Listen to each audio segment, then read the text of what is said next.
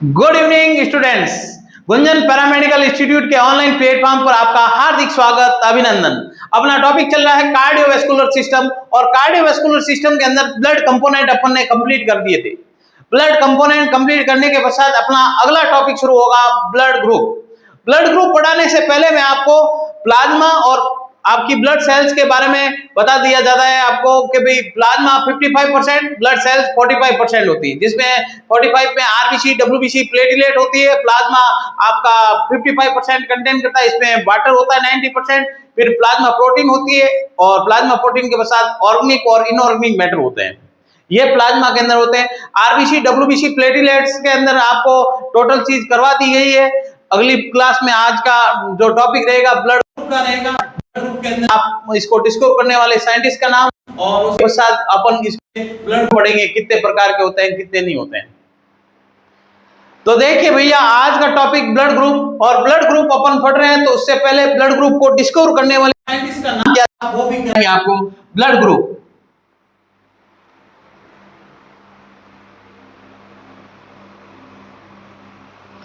Blood group इसको discover करने वाले साइंटिस्ट का नाम था कार्ल लैंडस्टीनर। Karl Landsteiner. एक और चीज पढ़ेंगे इस ब्लड ग्रुप के पश्चात, आरएच फैक्टर। उस आरएच फैक्टर को डिस्कवर करने वाला एक साइंटिस्ट और आ जाता है इसके साथ, Karl Landsteiner Wiener.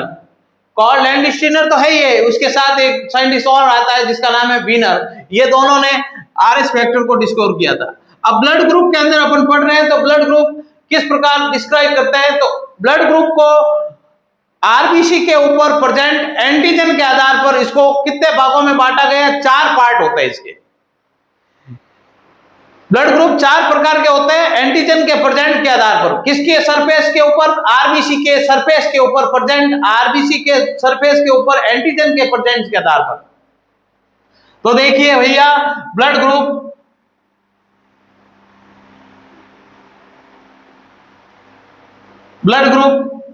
A, B, A B और ओ, ये 4 ब्लड ग्रुप है। और इसका निर्धारण कैसे होता है, तो आरबीसी के सरफेस पर, आरबीसी यानी लाल रुधिर कणिका या इरिथ्रोसाइट्स कहा जाता है, इरिथ्रोसाइट्स के सरफेस के ऊपर,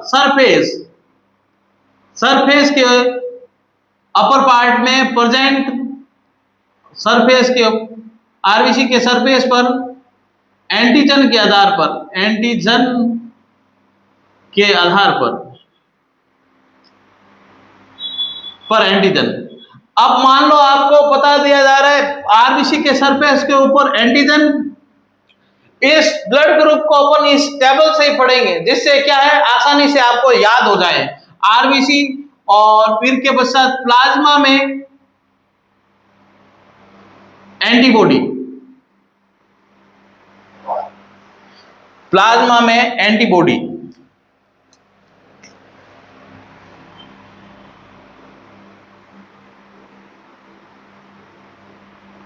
फिर बाद में आपको पढ़ना होगा ये किसको, डोनर का, डोनर यानी दे सकता है, रिसीवर यानी ले सकता है।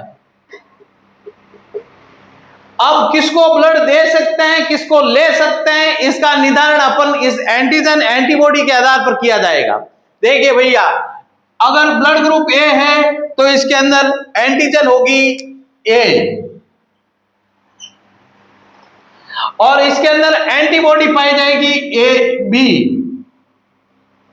एंटीबॉडी कौन सी होगी, बी। प्लाज्मा में एंटीबॉडी बी और एंटीजन होगा ए, ब्लड ग्रुप ए के अंदर। और यह किसको दे सकता है, तो देने के लिए आपको बता सकता हूं भैया, या ये दे सकता है, ए ब्लड ग्रुप को दे सकता है, ए बी को दे सकता है, और किससे ले सकता है, ओ से। यूनिवर्सल अभी बताएंगे कुछ और चीजें। देखिए ओ ब्लड ग्रुप, फिर उसके पश्चात अपन ये लेगा ए ब्लड ग्रुप से, ए से, ओ से लेगा, ए से लेगा, फिर बी ब्लड ग्रुप के अंदर आपको बताया जा रहा है कि इसके अंदर एंटीजी आरबीसी के ऊपर एंटीजन प्रेजेंट होता है आपका बी, इसके अंदर एंटीबॉडी होगी ए। ये किसको दे सकता है, यानी किस किस को ब्लड दे सकता है, तो ये देगा आपका किसको, बी को दे सकता है, ए बी को दे सकता है। किससे ले सकता है, ओ से ले सकता है और बी से ले सकता है। फिर ए बी इसके अंदर, हाँ यहां पे ध्यान रखना, इसके अंदर दोनों एंटीजन पाए जाते हैं, ए और बी दोनों एंटीजन होगी, ए और बी दोनों एंटीजन प्रेजेंट होते हैं, जबकि प्लाज्मा में एंटीबॉडी अब्सेंट रहती है भैया।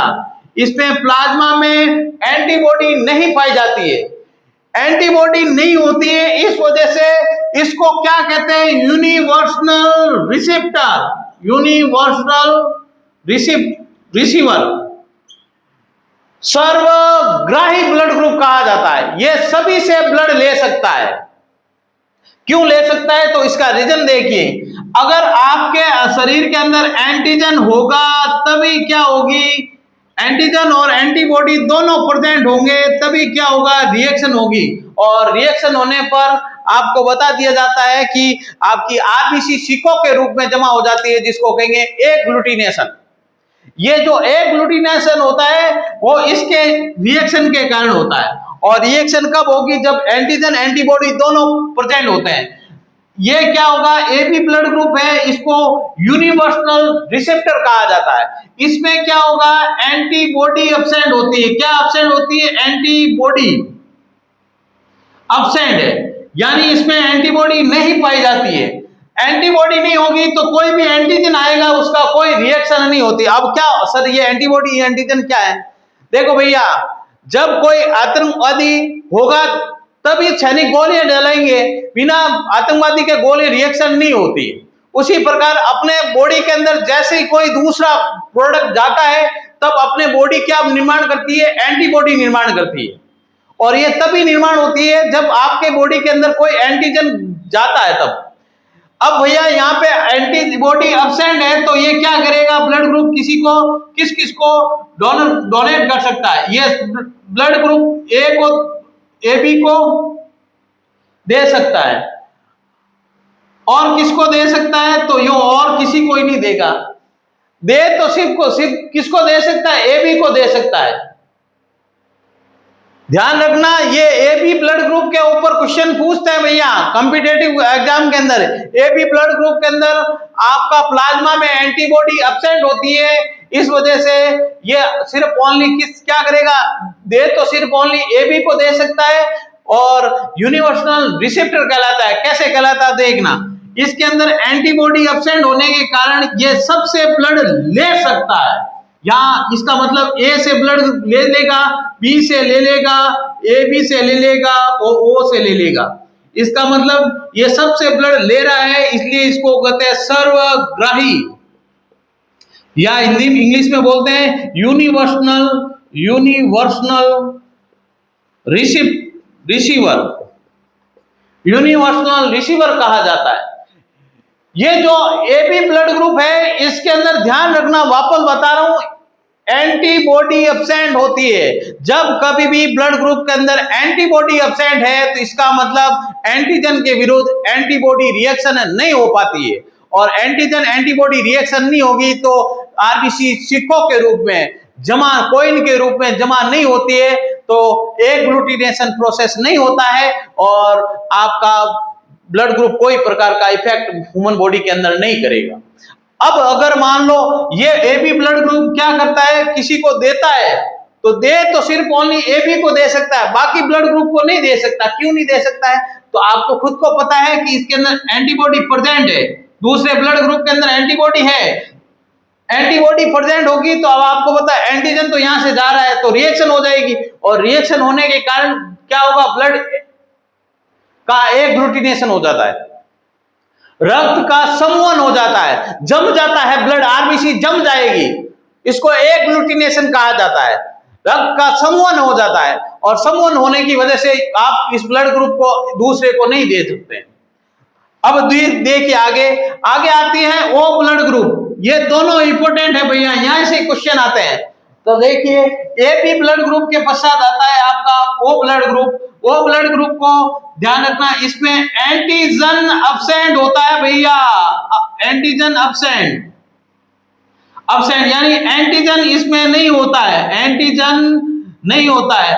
आरबीसी की सरफेस पर ओ ब्लड ग्रुप वाले जो ब्लड ग्रुप रहता है उसके अंदर एंटीजन अब्सेंट रहता है, एंटीजन अब्सेंट रहता है, पर एंटीबॉडी दोनों पाई जाती है। ए और बी दोनों एंटीबॉडी प्रेजेंट होती है ओ ब्लड ग्रुप के अंदर। तो सर क्या होगा इससे? अरे भैया अगर एंटीजन अब्सेंट है तो वो ब्लड ले नहीं सकता किसी से। तो सर क्यों, कैसे नहीं ले सकता? तो देखिए भैया ओ ब्लड ग्रुप है, इसके अंदर एंटीजन अब्सेंट है। क्या अब्सेंट है? एंटीजन।